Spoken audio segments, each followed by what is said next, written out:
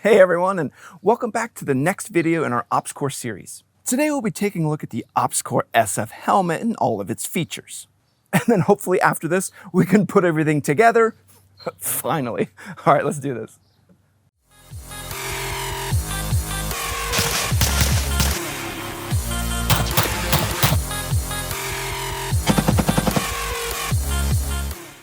And now the OpsCore SF helmet is definitely the most popular helmet in like the OpsCore helmet lineup, but there are some really cool new releases that just came out along with some really cool stuff on the horizon, and I'll talk to you about some of that also. But as a reminder, this is our last video in the series before we put everything together, so I'll put a link up here in case you missed any of those previous videos, which included the OpsCore amps, the Mark 1 and step-in visor, and the badass solder mask. And again, the whole purpose of this series is to show you that higher tier of gear available, so then you as the consumer can kind of make that decision as to what fits you best. But let's talk helmets, and there's a lot of options, and there's also a lot of trade-offs with some different choices. And I think it's important we break it down. So with all the different helmet options, you're really always just juggling three things, and that's the 3 Ps, which are protection, pounds, and price. And I'll tell you that they're all connected. One piece doesn't move without impacting the other in some way. So when you find a good price and think you're getting a crazy deal on a helmet, well, you may not be. You could find a helmet with good protection and a good price, but it's probably heavy as hell. Or you found a light and cheap helmet that's sold from China. And with that, the protection is probably questionable at best. But I really do think there's one more P that should be added into this whole matrix. Functionality. That's not a P word, you idiots. As we go on, and particularly in our next video where we put all the bits together, you'll see how functionality really defines the quality of the overall helmet system. Like today, I'll show you just how smart the arc rail system is and why so many other brands try to mimic it. And you really could buy a different helmet and then not have any way to really connect all your bits in because you didn't pay attention to functionality. And another funny thing I always see is people who are really wigging out over their helmet weight, but then they add a metric ton of crap to the top of their helmet. It really does hurt my brain. Having the absolute maximum amount of garbage on your helmet, it doesn't win you anything. Also, knuckleheads, get the correct size helmets. I heard some stories from people who are ordering different size helmets, different size from their head, because some helmet sizes have different lead times. And listen, your head isn't going to magically grow or shrink during the shipping time. And a poorly fitted helmet, hell, a perfectly fitted helmet is difficult to get comfortable. An incorrectly sized one, goodness, that would be an absolute nightmare. If you don't know what size helmet you are, contact OpsCore. They even have a head measuring tool they can send you along with instructions for proper measure. Seriously, these helmets are expensive and it's worth your time to measure yourself and get the helmet that fits you properly. All right, so let's get into the actual SF helmet, but I want to show you some of the different OpsCore helmet options and kind of how I landed on the SF as the one that best fits my needs. OpsCore really offers a variety of helmets, and there are some options that sacrifice some of that ballistic protection, but save a significant amount of weight with that lower overall cost. And these are those bump and carbon helmets that OpsCore offers. The bump or carbon helmet options allow for a training solution you can use when you don't need ballistic protection, but still want to train how you fight. Or you just want to keep your head from smashing into rocks. And I really do recommend a bump helmet over wearing, nothing, particularly if you're walking around with NVGs and that toilet paper tube field of view.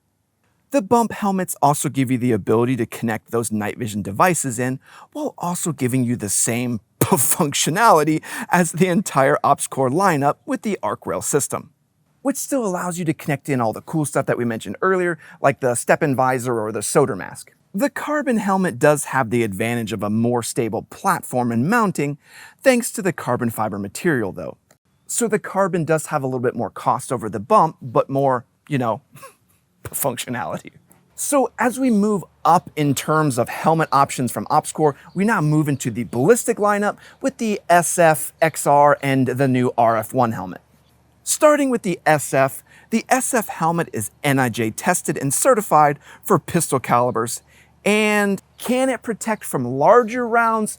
Well, there are a ton of stories that it can, yes. But from a purely tested and certification standpoint, the SF is rated to stop pistol calibers. Looking at weight, the large SF helmet with all the chin straps and pads and everything is about 2.4 pounds. Again though, don't freak out about weight if you're already planning to load it up like a mini garage sale up there.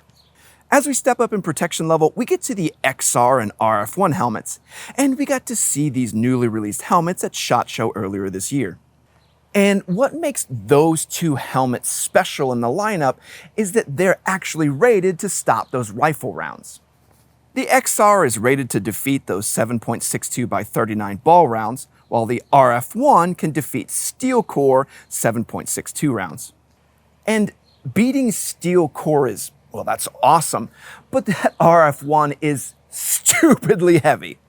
At 3.8 pounds, you're going to be uncomfortable in the RF1 over the long term. But the XR gives an extremely manageable 2.8 pounds. And really, I'd consider that XR over the SF for the added protection it gives if you're out there shopping. But that RF1, goodness. OpsCore even highlighted that if you're going to use that helmet, you'd use it when the threat was there. Like you'd be a SWAT team member and you put it on when there was a threat and you'd take it off as soon as it was over. But then the SF and then the XR are designed to easily be worn all day, and I don't mind wearing them for long periods of time. But well, that's all of our helmets. Well, sort of. There's something really, really cool that's on the horizon. This new helmet will offer the same ballistic protection and functionality, but integrate in a truly cross-functional way with full component integration. It looks really badass, and keep this one quiet, but maybe we'll get to show it to you. But it's crazy because it doesn't just integrate into various products, but instead actually integrates the user into the entire battle space. It's super cool, but we gotta keep moving because I could probably talk about the rail link system all day. As mentioned, the SF is one of the most popular in the lineup, and the reason I went with it was because it seemed to offer me some of the best protection per pound and per dollar. So today we'll dig into the SF helmet and I'll show you everything that it comes with, how to size the helmet up properly. Seriously, please do this step. And then we'll look at all the features included on the helmet along with the various accessory options. And then we'll wrap up like usual with our normal pros and cons. All right, let's get moving already. Let me show you everything the SF helmet actually comes with. All right, so first off, here's our box that our OpsCore SF comes in. And here's all the details on the front if for some reason you're curious about all this. But tell you what, let's get everything opened up. So we open up this top cover and we got this nice little message from OpsCore. Pretty cool. Elite Forces, yeah, that's me. Okay, open up the rest of this, and oh, look at this. I love this little helmet cover that everything comes in. All right, oh, what's this guy? A little inspected by card, so someone's actually looking at this stuff and not just sending it out. That's awesome. Look at this helmet cover, though. I love the way this looks. It has like the cool little OpsCore logo on the front. Then it has a cool FAST logo on the back. Like, just the helmet cover is pretty awesome. Okay, and everything's stuffed in here. Let me loosen this up. Looks like this has, is that the instructions in there? And what's this? Okay, so here's a mate pad. I think you can change the back of the helmet to this if you want to use that for different types of pads. And there's a bunch of extra pads. I'll show you how to use all these as we go along. You can like resize things. And what's this? Oh, here's all the different accessories like Picatinny rails and ring lock adapters and all kinds of stuff. All right, then what's this? Oh, it's just the tag for the silly little cover. All right, let's get the actual cover off. If I just peel this down, maybe I gotta loosen this bad boy up a little bit more. There we go. Okay, just peel this off and look at this. Oh, ho, ho. Here's our actual helmet. And that thing looks pretty awesome. I got it in that tan $4.99 when I ordered it. Yeah, that looks pretty cool. Okay, but let me put this to the side because we're gonna actually go over this in detail as we go along. And was that the instructions that was inside here? So in this little pouch here, I'll pull this out and yep. Okay, so here's our actual instructions for the SF helmet. There's a ton of good stuff in here. We'll go through all this, like the different accessory kit stuff and how to size everything up, the sizing for your head if you didn't know already.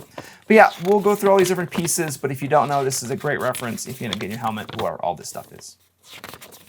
You know, what's funny is I've actually had this helmet for like 6 months and I didn't even realize there were instructions until I started doing this video. There's so much good stuff in here. I probably should read this. So before you get all excited like I did and put all your crap on it, it's important we get out the pads and everything and size up the helmet correctly. Per the instructions, just use the pre-installed pad configuration and see how the helmet fits on your head to start with. You want to have approximately a 1/2 inch to a 1 inch gap from the bottom of the fit band to the top of your eyebrow. But as we all have wonky sized heads, it may sit too high or too low. If it's too low, replace all the pads with the 3/4 inch pads. Too high, use the 1/4 inch pads and then measure again. And I don't know about you all, but I've been hitting the head a few times, so my head isn't perfectly round. So like me, you may have to play with different combinations of the 1/4 inch, 1/2, and 3/4 inch pad to get it fitted perfectly. And I think here's where you're gonna see why I harp so hard on getting the initial sizing correct. You really need to get the helmet fitted correctly from the start, as the pads really only give you a few inches of actual adjustment. It's also worth noting that the inside of the helmet has a center channel to run Ear Pro in a head strap configuration. The center pad just needs to be removed so your headset strap can sit in this channel.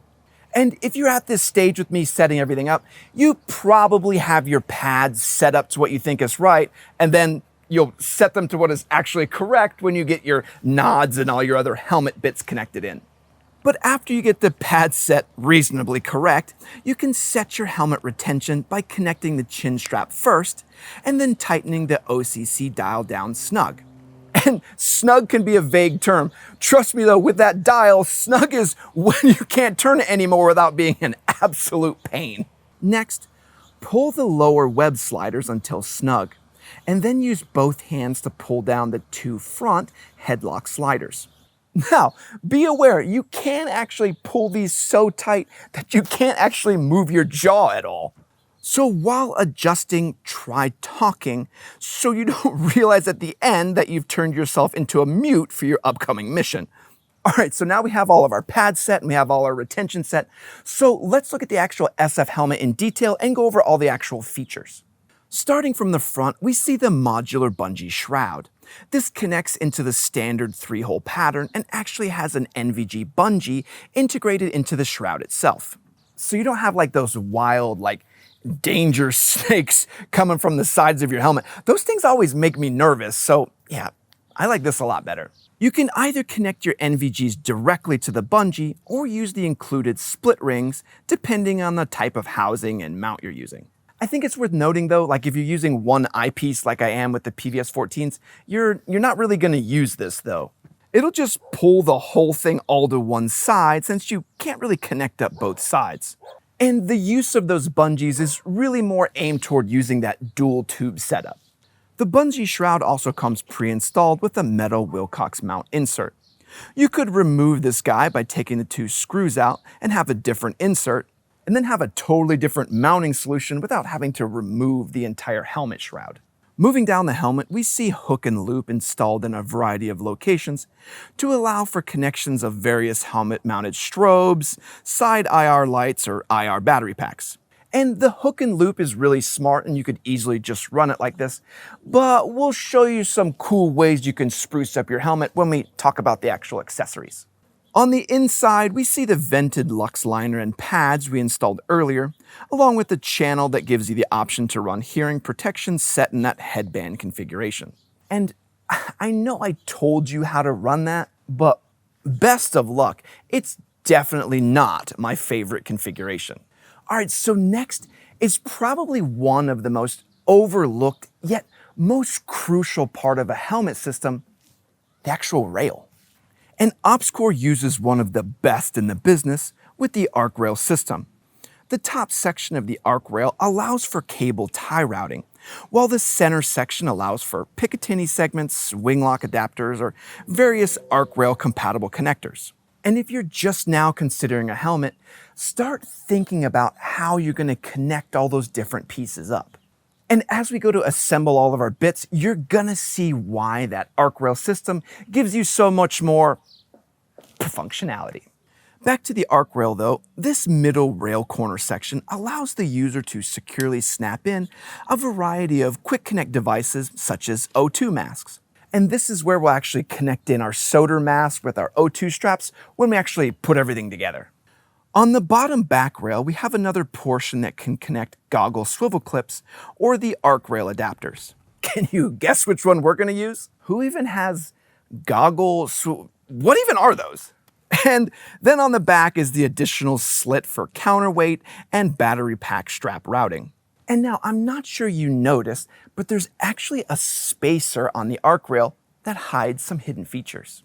The arc shim actually sits between the shell and the arc rail itself and provide attachment points for items without sacrificing rail space. For one, you have a spot under here for an optional bungee if you like the legacy eye poker design. I don't want that. There is also a connection spot for the mandible on the side and an additional connection location for the ballistic applique attachment. And that same whole arc rail and arc shim is actually on all the carbon and bump helmets also, so you could use the ballistic applique and turn the carbon helmet into a ballistic helmet. So then you could use it for training and mission sets. That's pretty snazzy. All right though, let's look at some accessory options that we have at this stage also. As we mentioned earlier, there are a ton of helmet cover options, such as this cover from Defense Mechanisms in Multicam Black, or this badass setup from Agilite in Multicam. These helmet covers offer you the ability to change the color of your helmet, while also giving you additional routing for cables and various whatnots. And I love the idea of being able to swap to a different helmet cover with a different camo pattern based on the needs of the mission that we're doing at the time. Some other accessory options include the 4D helmet pads from TNVC. These offer additional padding and ventilation over the standard helmet pads. Now, I haven't tried those yet, but folks rave about them, and I have a set on order that we can use for our final setup. But there are a ton more helmet accessories besides these. I just wanted to name a few so you can kind of see what was out there. All right, though, let's get into pros and cons, and the first pro I want to get into is absolutely the weight. At 2.4 pounds on the SF helmet, the protection per pound you get is absolutely insane. The SF helmet only adds a bit more weight over the bump and carbon helmets, while still offering NIJ certified ballistic protection. And yeah, it comes at an added cost to get that higher level of protection with that lower weight, but damn is it impressive. All right, for our last pro is going to be that last P with that functionality of the entire arc rail system. This area is grossly overlooked when hunting for a helmet, but the rail is the heart of any helmet setup. You'll see when we assemble everything just how intelligently designed this section is to allow for attachment of various devices quickly and easily. And that arc shim to add in other devices without taking up rail space is pretty wild. All right, let's do some cons, and I don't normally do this because it can be a bit disingenuous, but the con I'll first mention is it's expensive. Is it the most expensive? Sure, but that doesn't mean you aren't getting an ultra high level of protection to weight ratio along with insane features. But OpsCore actually goes out of its way to ballistically test all of its helmets in all the worst case scenarios across all sizes. And what's interesting is they don't actually have to do that. Like, they only have to really test one size and they can kind of pick the size of the chunks they want to test with. But OpsCore doesn't do that because they want to make sure the warfighter is protected regardless of what size helmet they're using. And OpsCore even told me stories about how they actually try to pick out the nastiest, most sharpest bits of frag to do their tests with so they know the helmet can withstand it. Because who wants to be protected from average size grenades only? All right, so let's go to the next con, and it's also a little bit wonky, and it's the lead times. Buying a helmet can take up to 6 months in lead time, but for many agencies, those helmets have a shelf life. Now, as civilians, we don't have to deal with that as much, but you probably wouldn't be super excited to get your brand new helmet and then realize it's been sitting and just rotting on a shelf for the past year. So then OpsCore actually makes them to order, and then you understand a little bit more about what's going on when you throw in that other really important P word, logistics. Well, I hope this video on the OpsCore SF helmet was helpful in your purchasing decisions. Stay tuned for the last video in our series next month where we connect it all up and set up our night vision and comm setup. And it's pretty awesome to see it all come together, and maybe we'll sneak in some rail link in a video after that. All right, everyone, I want to say thanks to our Patreon supporters and all of our YouTube members for making all this possible where we can see all this really cool equipment. And I want to say thanks to everyone that likes, comments, and subscribes. Comment down below what your favorite ballistic helmet is. All right, everyone, Walsh out.